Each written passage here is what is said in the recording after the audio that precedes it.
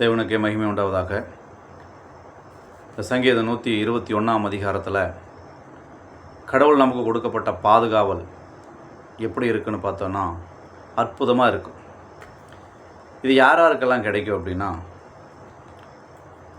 முழு மனசோடு நம்புகிறவங்களுக்கு கிடைக்கும். சரிங்களா? அதையும் தாண்டி இது எப்படியெல்லாம் அனுபவிக்கலாம் அப்படின்னு பார்த்தீங்கன்னா, அதாவது பயப்படுறவங்க, சந்தேகப்படுறவங்க, விசுவாசம் குறை உள்ளவங்க, பலவீனப்பட்டவங்க, அடுத்தது கடன்பட்டவங்க, இவங்களுக்கு எல்லாத்துக்குமே விடுதலை அப்படிங்கிற ஒரு விஷயம் தேவை. பாதுகாவல் அப்படிங்கிற ஒரு விஷயம் ரொம்ப ரொம்ப முக்கியம். இப்போ அவர் பாதுகாக்கக்கூடிய தேவனாக இருக்கிறாரா அப்படின்னு தான் இந்த வார்த்தைகள் நமக்கு உணர்த்த போகுது. இதை நீங்கள் எந்த அளவுக்கு உள்வாங்குறீங்களோ அந்த அளவுக்கு அது உங்களுக்குள்ளே நிலச்சி நிற்கும். சரிங்களா? இந்த சங்கீதம் 121 அதிகாரத்தில் 8 வசனங்கள் இருக்குது. 8 வசனங்களுமே ரொம்ப தெளிவான வசனங்கள், தெளிவான வார்த்தைகள். படிக்கும்போதே நமக்கு உள்ளுணர்வை தூண்டக்கூடிய விதத்தில் அந்த வார்த்தைகள் இருக்குது. எப்படின்னு நான் படிக்கிறேன், கேளுங்க. எனக்கு ஒத்தாசை வரும் பர்வதங்களுக்கு நேராக என் கண்களை ஏறெடுக்கிறேன். நல்லா புரிஞ்சுக்குங்க.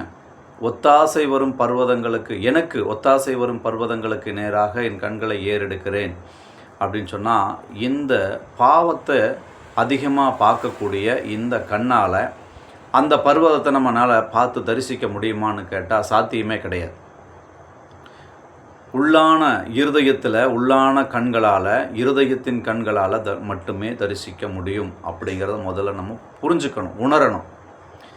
இப்போது இருதயம் சுத்தமாக இருக்கணும். அதுக்கு இப்போ இந்த இருதயத்தின் கண்களால் அந்த நமக்கு ஒத்தாசை வரக்கூடிய பர்வதத்தை நம்மளால் தரிசிக்க முடியும். அப்போது அது முழுமையாக நம்ம தரிசிக்கும் போது, முழு மனசோடு அதை நம்ம ஏறெடுக்கும்போது நமக்கு அந்த ஒத்தாசை நிச்சயமாக கிடைக்கும். அது எங்கிருந்து வருது அப்படின்னு பார்த்தீங்க அப்படின்னா, ஒத்தாசை வரும் பர்வதம் அப்படின்னு சொல்லப்படுது. 2வது வசனத்தில் என்ன சொல்லப்படுதுன்னு பார்த்தீங்கன்னா, வானத்தையும் பூமியையும் உண்டாக்கின கர்த்தரிடத்திலிருந்து எனக்கு ஒத்தாசை வரும். வானத்தையும் பூமியையும் உண்டாக்கின கர்த்தரிடத்திலிருந்து எனக்கு ஒத்தாசை வரும் அப்படிங்கிற ஒரு நம்பிக்கை. எப்படிப்பட்ட நம்பிக்கை!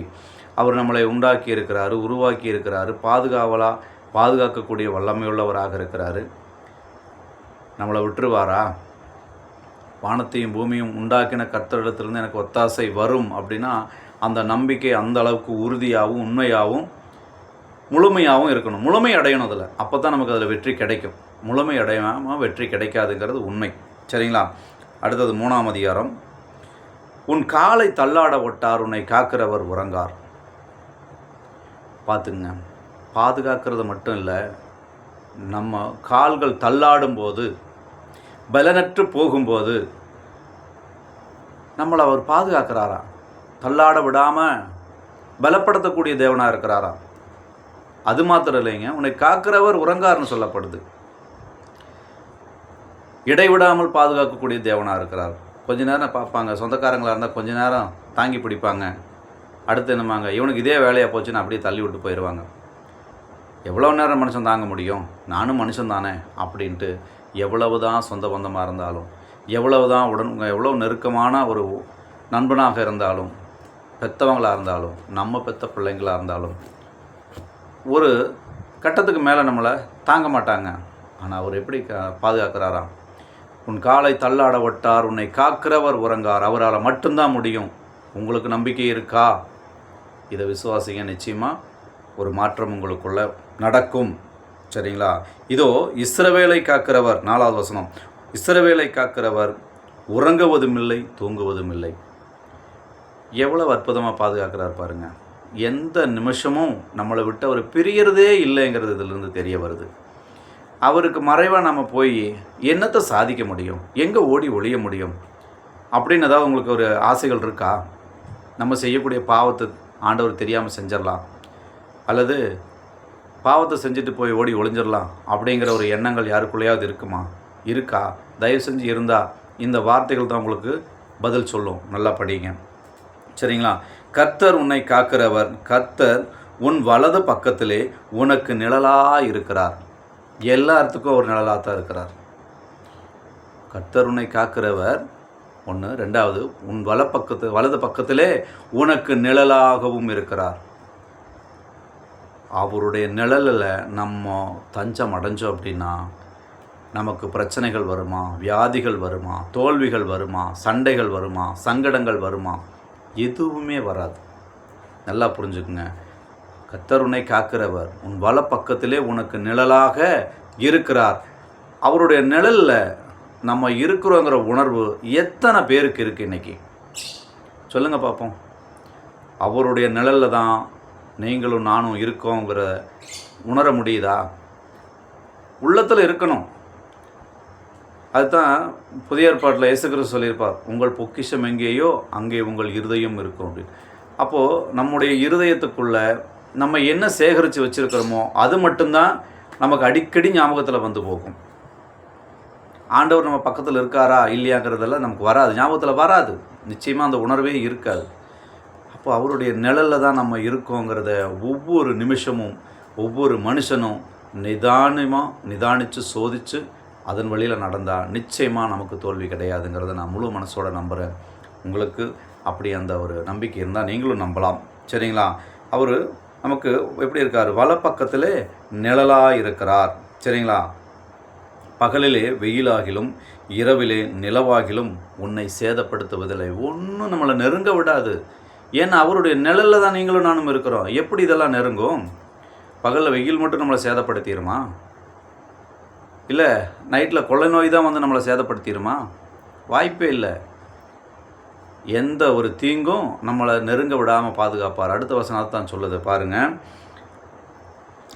அதாவது, கர்த்தர் உன்னை எல்லா தீங்குக்கும் விலக்கி காப்பார், அவர் உன் ஆத்துமாவை காப்பார். பார்த்துக்குங்க, எல்லா தீங்குக்கும் விலக்கி காப்பார், அவர் உன் ஆத்துமாவை காப்பார். இது எவ்வளோ ஒரு ஜீவனுள்ள வார்த்தை! இந்த வார்த்தையில் எவ்வளோ ஒரு உண்மையான விஷயம் அடங்கி இருக்குது. ஜீவனை காப்பார் அப்படின்னா ஜீவன் சோர்ந்து போயிருக்குன்னு அர்த்தம். நமக்குள்ள அந்த சோர்வடைஞ்ச ஜீவனுக்கு ஒரு உற்சாகம் தேவை. இது பழைய ஏற்பாட்டில் ஒரு சம்பவம் இருக்குது. யாக்கோபு வந்து தன்னுடைய பிரியமான மகனை இழந்துட்டு அவருடைய ஆத்மா சோர்ந்து போய் கிடக்கக்கூடிய அந்த நேரத்தில் தன்னுடைய மற்ற 10 பசங்களை வந்து சொல்கிறாங்க. என்ன சொல்கிறாங்கன்னா, யோசேப்பு சாகலப்பா, அவன் உயிரோடு தான் இருக்கிறான், எகிப்து தேசத்துக்கே அதிபதியாக இருக்கிறான்ப்பா அப்படின்னு வந்து சொல்லும்போது அந்த யாக்கோபுக்கு அவனுடைய ஆவி உயிர்த்தது அப்படின்னு ஒரு வார்த்தை வருங்க அதில்.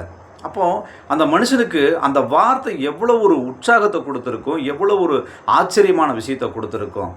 அவனுடைய ஆவி உயிர்த்தது அப்படின்னா அதுக்கு முன்னாடி அவனுடைய ஆவி உயிர் இல்லாமல் இருந்திருக்குது, செத்ததுக்கு சமமாக இருந்திருக்குது.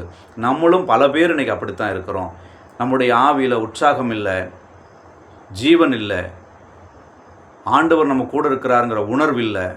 என்னமோ ஏதோ இருக்கிறோம். எல்லாரும் சபைக்கு போகிறாங்க, நாங்களும் போகிறோம். எல்லாரும் வேதம் வாசிக்கிறாங்க, நாங்களும் வாசிக்கிறோம். எல்லாரும் ஜெபம் பண்ணுறாங்க. நல்ல விதவிதமான வார்த்தைகளை சொல்லி மற்றவங்களுக்கு புரிகிற மாதிரி 4 வார்த்தைகளை சொல்லி ஜெபம் பண்ணால் நம்ம ஜெபம் என்ன பண்ணுது? கேட்கப்படுதுன்னு நாமளும் நம்பிகிட்ருக்குறோம். இதில் வாழ்க்கை.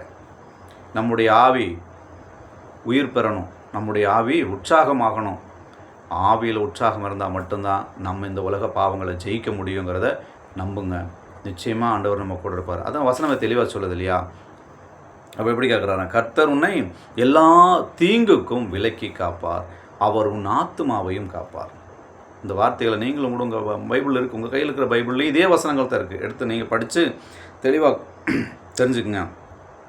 அடுத்தது பார்த்தீங்கன்னா, கர்த்தர் உன் போக்கையும் உன் வரத்தையும் இது முதற்கொண்டு என்றைக்கும் காப்பார், ஒரு நாளும் தவற மாட்டாராம். எல்லா நாளும் போக்கிலையும் வரத்துலையும் கூட நமக்கு பாதுகாவல் தரக்கூடிய ஒரு தெய்வம் வேற எங்கேயாவது உண்டா? யாராவது சொல்ல முடியுமா? மினிஸ்டருக்கும் கூட இப்படி ஒரு பாதுகாவல் கிடையாது. சரிங்களா? நமக்கு ஆண்டவர் பாதுகாவல் கொடுக்குறாரா? உன் போக்கையும் உன் வரத்தையும் இது முதற்கொண்டு காப்பாராம், பாதுகாப்பாராம். நம்பிக்கை இருக்கா உங்களுக்கு அவர் காப்பாருன்னு? நம்பிக்கை இருந்துன்னா சோர்ந்து போகாதீங்க, பயப்படாதீங்க, கவலைப்படாதீங்க, வேதனைப்படாதீங்க. எப்படி? எதுக்குமே அஞ்சாமல் இருங்க. எல்லாம் அவருக்கு மறைவானதல்ல. எல்லாம் அவருடைய நிழலில் நம்ம இருக்கிறோங்கிறத ஒவ்வொரு நிமிஷமும் உணர்ந்து நடந்தீங்கன்னா அவருடைய நிழல் உங்களை நிச்சயமாக வாழ வைக்கும். தாழ்வான நிலைக்கு அவர் தள்ளவே மாட்டார். எப்போவுமே நம்மளை உயர்வான இடத்துல தான் வைப்பார். இஸ்ரவேலை காக்கிறவர் தூங்குவதும் இல்லை உறங்குவதும் இல்லை அப்படிங்கிறார் கர்த்தர்.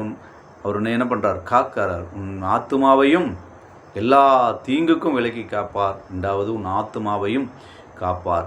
நிச்சயமாக காப்பார். அவர் ஒரு நாளும் நம்மளை கைவிட மாட்டார். நம்பிக்கை இருந்ததுன்னா நிச்சயமாக இந்த நிமிஷம் இந்த வார்த்தைகளை கேட்கக்கூடிய அந்த நிமிஷம் உங்களுக்கு இந்த வேத புஸ்தகம் நான் எடுத்து படிச்சுட்டு உங்களுக்குள்ள ஒரு மாற்றத்தை நீங்களே உருவாக்குங்க. ஆண்டவர் உங்களோட கூட இருப்பார். ஆமென்.